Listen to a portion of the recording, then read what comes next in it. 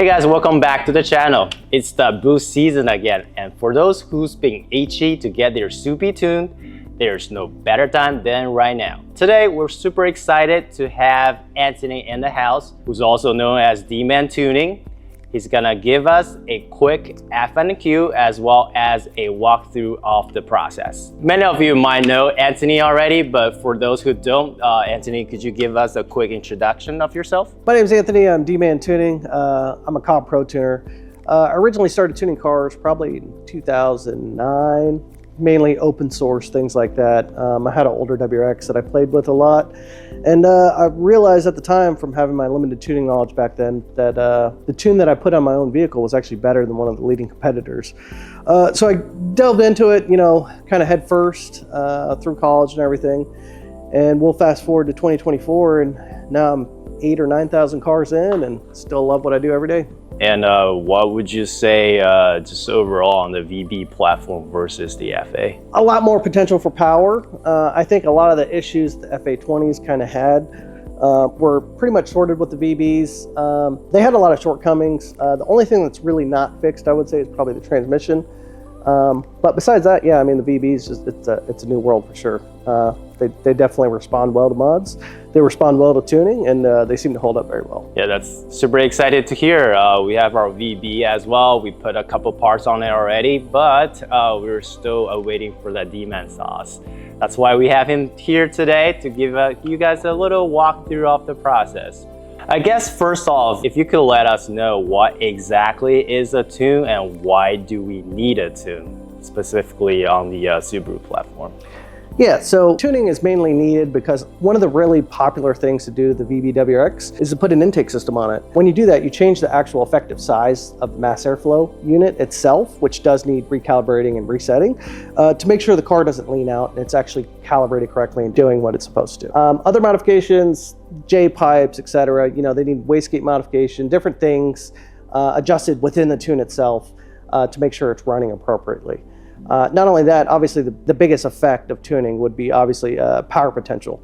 You can increase power on these cars pretty dramatically via tuning, with a couple simple modifications and intake, top mount intercooler, small things like that. You can produce a pretty good power gain. So is it safe to say that most, I guess, modifications to the engine portion that has a sensor to it will require a tune?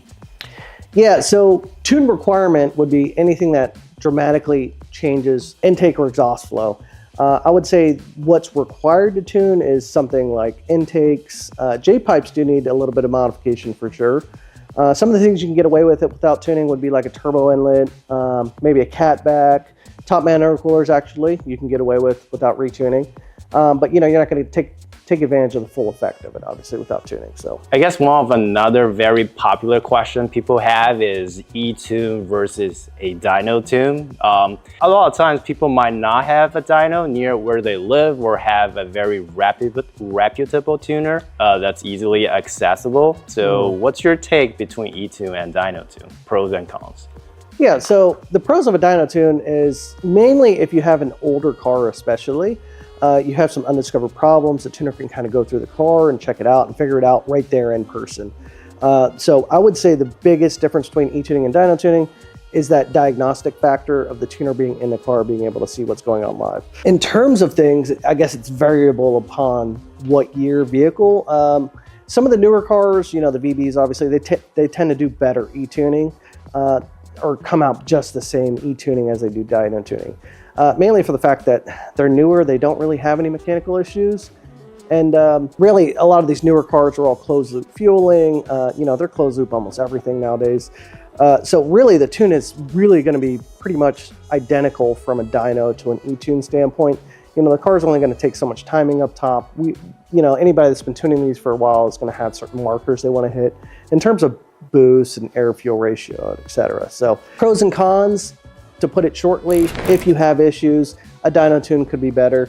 If you have really extreme setups that would be really hard to tune, that are a little bit more complicated, a dyno would be better. In terms of when e-tuning is better, convenience, I mean, it's really easy. You get a map, you can daily drive on the first map. If you go a week without sending logs, oh well. It's at your convenience. work gets busy, you don't have to worry about anything. I guess another pro of dyno tuning is it's done right then and there. You know, you go in, you show up, you're in and out, 2 hours, you're done. You don't have to send logs. That's definitely good to hear. So if I sum it up correctly, essentially with most of the simple bolt-ons, you pretty much yield, if not the same, pretty much identical results from either a dyno or Etune. It really comes down to, as it gets a little complicated, there might be parts that were not installed correctly, or there's troubleshooting that's needed. Then it's not really dyno, but being able to see and have the tuner in person, they'll be able to troubleshoot a lot faster in that case. Yeah, and along with that, you know, there's a lot of people that don't specialize in certain vehicles. So it's always nice to be able to go to that person that, you know, has had hundreds, you know, if not thousands of VBs tuned, and have them tune your car and not have to be, you know, near them locally. You know, depending on your region you're in, you might not have a tuner that specializes in Subaru. So e-tuning also gets that nudge. But dyno tuning, I mean, I think both of them have their place. I think for light bolt-on applications, I think e-tuning is almost the way to go nowadays, especially with these newer cars that are close to fueling. It just makes it almost too easy. Yeah, I guess to piggyback and add to that, it's a lot more cost effective if you go with an e-tune. Right. The price starts right around $350, and we offer some OTS tunes as well with some simple bolt-ons. Versus dynos, you're probably talking at least $650 plus, depending on, I guess, the rates between different shops. And also, one other thing I want to mention is being more engaged in the process, because you will be the one who's going to drive the car, do the data log. So overall, if you enjoy driving your car, being part of the process, you're really hands-on, I think this will be a very good experience comparing just to give the car to somebody else and have it done by somebody else. Yeah, I would completely agree with that. I think if you're a hands-on person, you're kind of techie, I think you would enjoy the e-tune process. You'd enjoy seeing the car go through the revisions. And I think that's a highlight for a lot of people, actually. All right, now without further ado, let's dive straight into the process and see how easy it is to get your car e-tuned with us. All right, first you want to holler over to jdmuscleusa.com. There's going to be a separate section just for tuning. And this is the general tune for most of the older years. But if you have a 22, you can easily find it in the 22 section. Just look up Dmann in here. All right, so once we're in listing for the 22 plus, first off, you want to select the type you want. Obviously, we offer an OTS map, a couple of different options, one with ETS intake, BMS, or Mishimoto intake, or more to come. This one is basically assuming it's a stock WRX with no modifications. These are standard maps, which are done via try and errors and thousands of different experiments by Dmann, so it's 100% better versus the OTS maps you would get standard from Cobb. Not to mention it has a combination that you want. We'll be continue adding more combinations here, but for now this is what I have. Coming down below, this is where the eTune portion started. For a basic tune, it's $350, which includes single few, meaning you can only tune it for one of the few options. But speed density currently is not available, but soon to come. Obviously, you have an upgraded turbo, or if you have different setups, the price kind of changes after that. But for the most part, we're going to just use this one as an example. Going down, there's the add-ons. We actually are included the Robo Tune for free. It's kind of a byproduct as a approach from Dmann to take away the rev hand. So it's actually free, even though it says 50. You get it for free. Coming down the list, you want to include your name, your city and state of residency, or where the car is going to be mostly driven, year, make, model, and obviously the transmission, whether you have a manual transmission or a CVT. You want to list out all of your modifications. That's mostly pertain to engine, whether it be an intake, aftermarket J-pipe, intercooler, that sort of stuff. You want to be as specific as possible, which brand and what product. And coming down the list, we have the octane level. Some areas doesn't really have 93, so maybe 91 is the only choice you have, or maybe you just decide to use 91 because it's more readily available in most places. And obviously, you could do an E30 blend as well. Somewhere down the road, we're going to offer the E85 option as well as Flex Fuel Kit becomes available, but so far this is what we got. Next one, the Cobb Accessport serial number. You can find it either on your Cobb Accessport box, or it's also available in your Accessport in the About section. The serial number should usually start with SUB with a bunch of numbers attaching to it.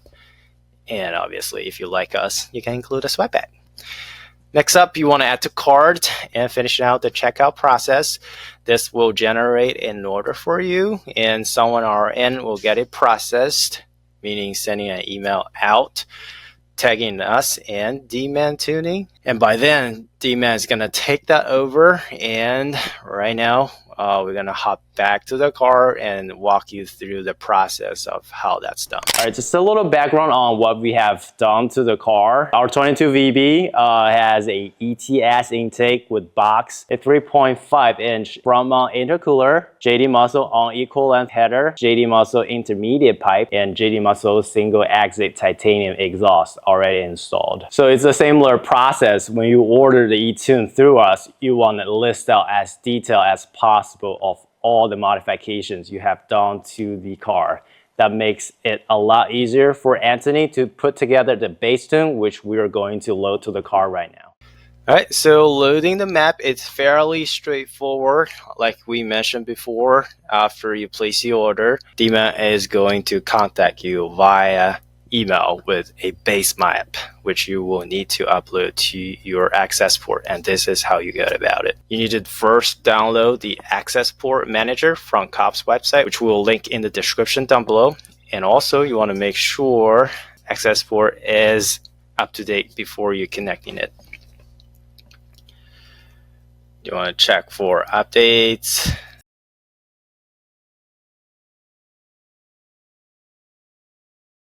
And the Accessport Manager will by default save your ECU data into your computer. That way, if anything goes wrong, you still have a backup.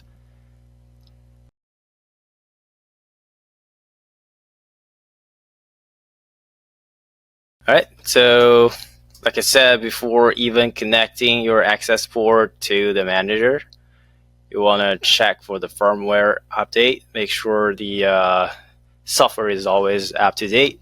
Then, as you hover to the right, there's an option that says import files. That's how you get the files that Dmann sends you into your Accessport. Once that's uploaded, you want to eject the AP instead of just unplug it. That way, all electronics are properly protected. And then you want to move over to the car, and Dmann is going to show you the following steps. All right, we're in the car with Anthony right now. We have the base map already loaded, and we're gonna go through the next step. All right, so flashing these is pretty easy. Cobb has made a really nice GUI interface. It's almost impossible to get wrong, to be honest. One of the big things to note, though, is if you have auto headlights, turn them off. Seat heaters, turn them off. Your HVAC should be completely off. Make sure that the radio's off, just for good measure. I like to close all the doors just in case.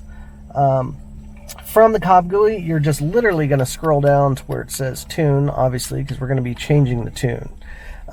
And then you're going to go to Change Current Map. So some of the older cars will give you two options. These VBs only give you one, and it's a single option to ECU reflash. The Troubleshoot Full Flash will write to every bank on the ECU. We don't need that. You're not going to use this option unless I tell you to. So you got an ECU reflash.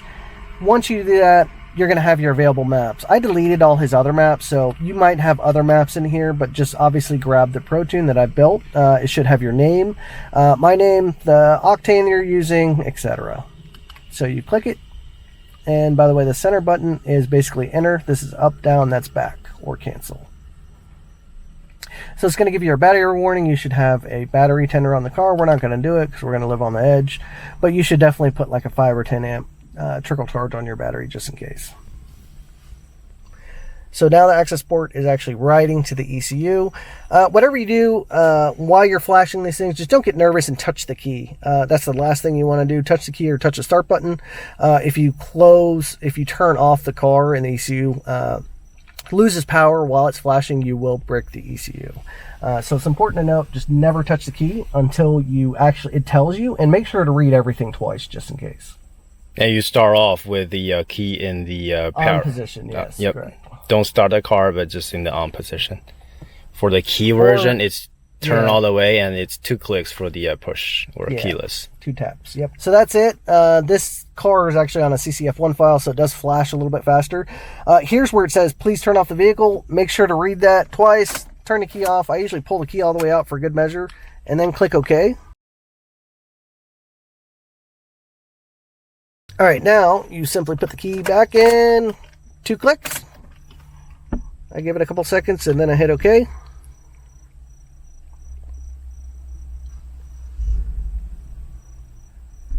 And then that's it. It says map change successful. You can key off. I pull the key back out just for good measure. It says wait 15 seconds. If it's a VB, I would actually wait a full minute and time it, as well as opening the door and reclosing the door just for good measure.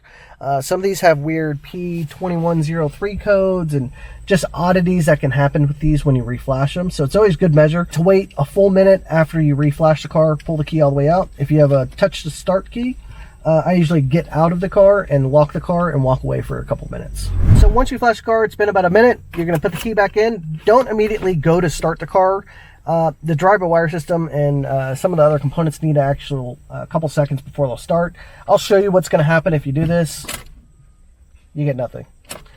So what you want to do is key back on, go to the second click, wait 2 or 3 seconds. You can actually hear the drive-by-wire stepper plate do its little thing, and then from there you can start the car. Normally I like to sit there for a good couple minutes after I reflash the car, just in case, let everything relearn so the drive-by-wire plate doesn't act up. Now the car's flashed. It's on the map that I sent.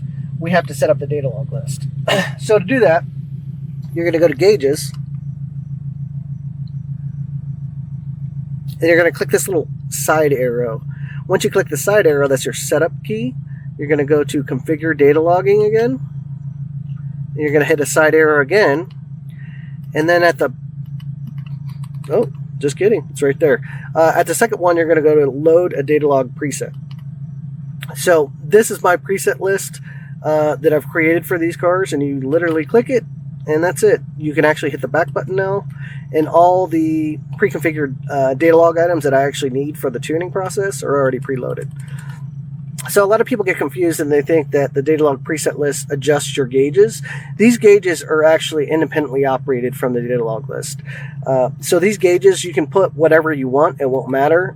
When you actually hit log, when you actually start logging the car, it actually goes off the data log list. It does not log anything on your gauges. Just FYI. Okay, so now we're going to do the initial set of data logs. It's very simple. Really, I just have you start out with idles first. We're sitting in a parking lot with the e-brake up, so we can start a log. Basically, most of the logs, we need 10 to 20 seconds worth. If you log your entire drive to work, I'm not going to look at it. It's going to be way too long. So simply, we'll start logging, hit the button. Then we'll wait about 10 seconds or so to capture this. We'll say that's 10 seconds and then stop the log. So that's one log that I need. So I'm going to have you do the idle twice, and you'll click the button, you'll wait 10 seconds, click the button again. And then I'm actually going to have you idle with the AC on to kind of get the mass airflow sensor a little bit tighter. So literally turn your AC on and just put it down so that the compressor is actually cycling. You'll do the same thing, 10 seconds. Hit the button when you're done again. From there, you're going to do different logs at 50 mile an hour cruise, 60 mile an hour cruise, 70 mile an hour cruise, natural shifting 1 to 5, those sorts of things that we're going to actually have to drive the car for. All right, so for the next log that you're really going to need, it's going to be what I call the cruise log. So I'm going to ask you to do like 40, 50, 60, 70 mile an hour cruise. What I mean by that is just have the RPM above 2,300, but not higher than 3,500 RPM at a steady speed. So right now we're at 40 miles an hour. Say if it's a log that I'm requesting, literally just hit the button, stay at 40 miles an hour. That's all you have to do. Wait 10 seconds, hit the log button again, and then that log is already done. Simply, we're checking the cruise areas for fuel learning, any ABCS oddities, making sure you're in the right timing columns, all the basic stuff, EGR function. Those logs should be pretty easy. A lot of people get confused by them, but it's simply staying at a static mile-an-hour target. If you're within a couple mile an hour, it's fine. It's whatever's close enough for government work. You don't have to go crazy doing it. So the next log is going to be something I call the 1 through 4 log. Say we start in first gear, go up to 3,000 RPM, then the next gear, and you're just going to complete this process while logging. Obviously, I forgot to hit log because I suck. Staying under 3,500 RPM and just going through 4th and 5th gears until you get 60 miles an hour, just like you're driving your mom to church. That's it. Once you get through there and you get to 60, stop the log. You're actually going to do that one twice. So I call it a 1 through 4 log, and at 6-speed it's going to be 1 through 5. But simply it's 2,500 to 3,800 RPM, under 2 pounds of boost ideally, all through the gears. That way I can check correction through them. So we are definitely in a safe spot. The next pull is going to be, or the main pull that we're really here's a Cobb on that enclosed row, by the way.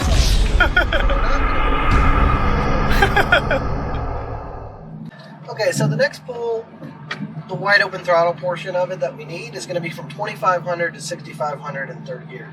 Make sure you're at 2,500. You can turn your AC off, makes you feel better. Make sure you go all the way to the floor.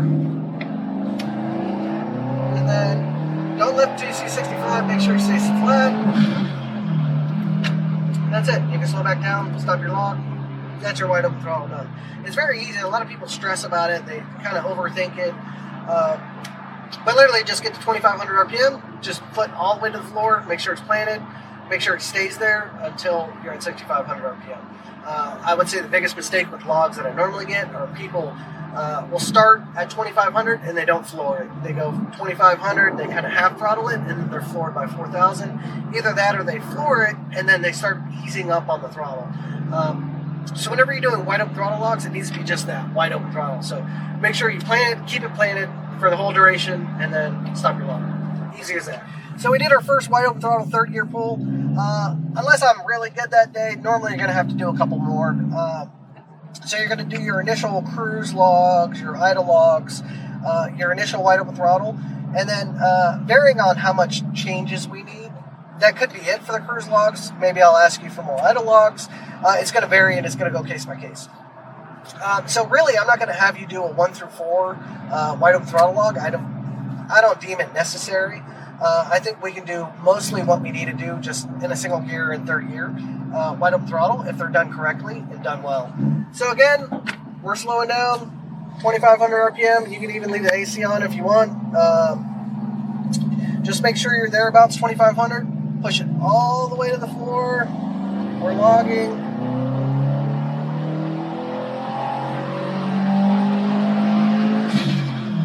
That's it. And then you can get to the gear you want, stop your logger. That's it. You don't have to fumble with the logger. I can figure out where the logs are, where the wide open throttle log is, portion of it is in relation to the data log.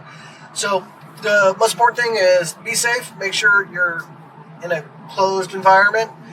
Do your log. Don't worry about the logging portion so much. It does not need to be exact. I'd rather you hit the button and wait 5 seconds until you're safe to do the pull. Do the pull, wait until you're situated in the right gear that you want, and then you can stop the logger. So I have a lot of people that try to start and stop the logs as soon as they do it. Don't worry about that. Worry about the road. Worry about driving and other people first. Worry about the log secondary. I can trim it. So we did our idles. We did some of our steady state cruising logs, and then we did our 1 through 4 drive your mom to church logs, and then we did our wide open throttle 3rd gear logs. So like I said, it's kind of dependent and case by case. Most of the times you're not going to have to really do that many cruise or idle logs. Normally, especially if it's a popular intake, say like an ETS like that's on this car, I've tuned so many of them that it's more of a check than anything else. The one thing you probably will have to do quite a few times, I would say 3 to 4 logs on average, the wide open throttle 3rd gear log. There's going to be instances where I'm adding, different boost and manipulating different items on the tune itself. So the wide open throttle 3rd gear is the one you're probably going to be the most familiar with by the time the tune's done, because you're probably going to have to do that one 3 to 4 times. The process is always going to be identical. You're going to flash the map. You're going to complete the pull, and then you're going to send me the log. And then I'll update the map if needed, and then send a new map, and then you will repeat that process. The only process that you don't have to do again is loading the data log list configurator. Once you do that, one time it's completely done. It's set there forever until you change it. So do customers get the freedom of choice to say, if I like torque, I want to be super torquey, or I like risk, I want it to be, instead of on the conservative side, I want it push it up? Yeah, so that's a good point. I normally set these tunes, I would say on a 7 out of 10, varying on conditions. You know, if you got crappy fuel in the car, if you're in California and you're on AC at 91, we're only going to be able to tune so much, you know, to where the car's, we're always going to tune to where the car's happy and is going to remain happy. But yeah, if you're somewhere at 93 and you got a lot of bolt-ons, and you want a little extra torque, or say you swapped an STI 6-speed, there is absolutely adjustability in the tune where I can make a little bit more torque. I can definitely go a little bit more aggressive if that's what you wanted. But really the big thing is telling me that before we really start, and that way I kind of have a general idea of what you want out of the tune and how you want it tuned, and I will 100% do my best to get it there. And also one more thing is on the power delivery curve, because I know from factory it's more so of a sudden jump at certain points, and but after tuning it's usually more like smoother curve, right? Yeah, so my intention with tuning, a lot of times, I want basically the car to drive completely stock, but with just maybe more of a predictable pedal. So in the OEM configuration, sometimes you'll go 20% throttle and the car will just go wide open. Sometimes you go 40% throttle and the car is real irky and jerky and jumpy. So I remove a lot of that process. So what I want is a completely linear pedal to where it's really predictable, and that's kind of what you get. And then obviously if you floor the car, everything changes and everything's going to get better. So that's kind of the goal of how I want my cars to run. I want them smooth and predictable when you're driving around town, and then when you put your foot down, there's a lot more power. So my power is pretty linear, but more than anything, I try to make the power under the curve and the power band itself just as wide and large as possible. You know, under the constraint that you're not going to break anything or do anything stupid. But, you know, after tuning several thousand of these VBs, I've found a pretty good, you know, area where I like to put them, where they seem to last a long time, you know, almost as safe as stock. Obviously, with tuning, there's always going to be a little bit of extra risk. You know, anytime you increase, you know, power higher than what the manufacturer intended, there's always running that risk. But being how many we've tuned, we've seen failures almost on par with stock vehicles that have never been tuned, never been touched. So these cars seem to handle the power very well, and they seem to put up with the power over and over and over without really any issues. All right, one other question I have here is on the pop tune. I think it's one of the features we could add, or maybe it's not even add on. It just comes if you're. I think from what I'd heard, you get rid of the rev hand and kind of is a byproduct. The rev hang thing, I don't necessarily have a technical burble tune for these cars. I have something that I actually developed to remove the rev hang that kills me on these cars. If you've ever noticed your car in stock form, say you're downshifting to slow down, you put it in third gear, the car will actually keep driving. And I don't know why it does that. I think it's they induce a little bit of hang so you can get to the next gear. But the problem is, if you're actually rev match downshifting to get to a corner, you want the car to actually slow down so you can take the corner, etc. The car doesn't do that in stock form. So my rev hang trick is actually rev hang elimination. It basically removes the rev hang induced by downshifting the car. The offset of that is you get some pops and bangs. Those pops and bangs, it's obviously an ignition timing trick to get the car to slow back down. But the trick works wonderful. I almost can't drive my vehicle without a rev hang trick active. And I think most people, when they try it, they definitely agree. The stock map, it just hangs. It just if I want to slow down for a corner and start engine braking, I want the car to engine brake. You know, I don't want it to keep driving. Yeah, how much do you think all these bolt-ons will take this car to, roughly, based off your experience? I would say it's very variable. I have some of these cars with this amount of bolt-ons that'll make 320 on the dyno. I have some that make 340, some that make 350.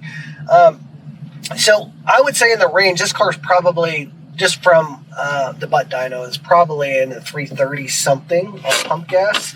And we kind of did the 7 out of 10 on these.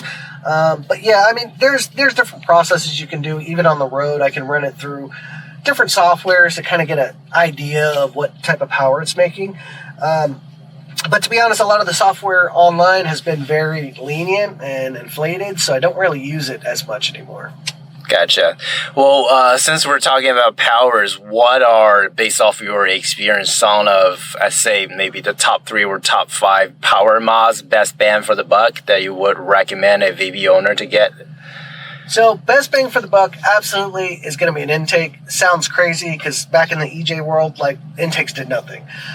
Even on FA20s, intakes prove a lot of gain above 5,500 RPM. The same's true for the FA24. Intake number 1, top best bang for the buck. From there, probably an intermediate pipe. Intermediate pipes are very easy to do. Really lately, we've seen that intermediate pipes make almost what a J pipe does. But you don't have the, check engine lights. You don't have a lot of the downfalls of the J pipe. You're still using your stock primary CAD. So, a lot of you guys that have inspection and need readiness monitors active, 100% you will have readiness monitors with an intermediate pipe. I would say there's only a 5 to 8 wheel horsepower difference between a good intermediate pipe and actual J pipe. Oh, that's good to hear. Anything else on top of these two, you would think? From there, definitely an intercooler solution is going to be your next bang for the buck. I don't know if it's bang for the buck, but your next mandatory thing is probably going to be an intercooler. And most of that would vary on where you live. If you're in Florida, Texas, Southern California, I'd probably just go straight to a front mount intercooler, honestly, on these cars. These cars absolutely love colder air or denser air. So anything you can do to bring the BATs down will absolutely help these cars tremendously. So if you're on the fence between a top mount intercooler or front mount intercooler, absolutely front mount intercooler all day. Any downfalls with going front mount versus the top mount? Not really. I think a lot of people exaggerate how much there's a transient spool difference between a top mount and a front mount. Really, once you're driving the car and it's tuned appropriately, you can hardly tell a difference. Transient difference is almost non-existent. A lot will complain about that, or they say it spools slower. I've just never really seen that firsthand. I think a lot of it's placebo, to be honest. I mean, there is a difference, but it's so minute that it's really hard for an average person to really pick up the difference. It takes data and a dyno to really see the difference, and even then, it's very minimal. But yeah, so front mount on these cars, amazing. Another thing that these cars are notoriously known for, once you do all that stuff, is probably an IG AOS. I've seen a couple of people recently say that they're a waste of money. It's absolutely crazy. These cars have really weak PCV systems. So if you actually pull off your PCV hose that's running directly to your intake manifold on cylinder 1, you'll see it's oily. Every single one of these is oily. Once you tune them, that PCV was meant to hold 10 to 13 PSI. We're at 18, 19 PSI now. The PCV inevitably lets oil by, and that oil goes directly into your cylinder 1. So something like an IG AOS or like a radium catch can on the PCV side absolutely almost should be mandatory. Yeah, I think Killer B has a catch can as well. Killer B also has one that's very good. Really anything to catch it. The Perrin ones, the Mishy, pretty much anything that places a can between that PCV hose and the actual intake manifold will be very beneficial. Yeah. All right, I think we cover 4. Anything else you can think of, or it kind of depends on personal preference, or? Yeah, I mean, most of it's personal preference. I think, at the end of the day, it's your tune. You guys tell me what you want out of your tune, and, I'll do my best to make it happen. If you just want me to do what I do and go with my kind of standard of the levels of what I want to see, I'll absolutely do that too. And these cars are reacts to E pretty good too, right? Or they react to ethanol pretty amazingly, actually. Cobb has actually released some new start of injection mapping, which allows us a longer injector duration. Recently, probably within the last 2 weeks. So that's been working very well. We've had a lot of stock cars just bone stock or fully full bolt-on, even some newer Blausch turbo cars on full E85 now with no issues. No pressure drop, no weird stuff. So Cobb fixed the SOI or start of injection mapping recently, and it's been a game changer for sure. All right, guys, that's it for today's episode. Hope you guys enjoyed it. And thank you, Anthony, for stopping by. It was super informational. Yeah, thanks for having me. Obviously, if anybody needs to get a hold of me, you can find all my socials. You can just Google Dmann Tuning. I'm sure it'll pop up. It'll pop up on JD Muscle's site, as well as a few others, my own site, etc. And like Leo was saying, if you ever have any questions, please feel free to reach out to us. I'd rather answer it and you get the correct mod path going forward before your tune rather than after. So that's another important point I wanted to put out. Yep. And I have included a product link down below in the description section, so feel free to check it out if you're looking for Etune or getting any performance mods for your vehicle. We'll see you next time. Thanks for watching.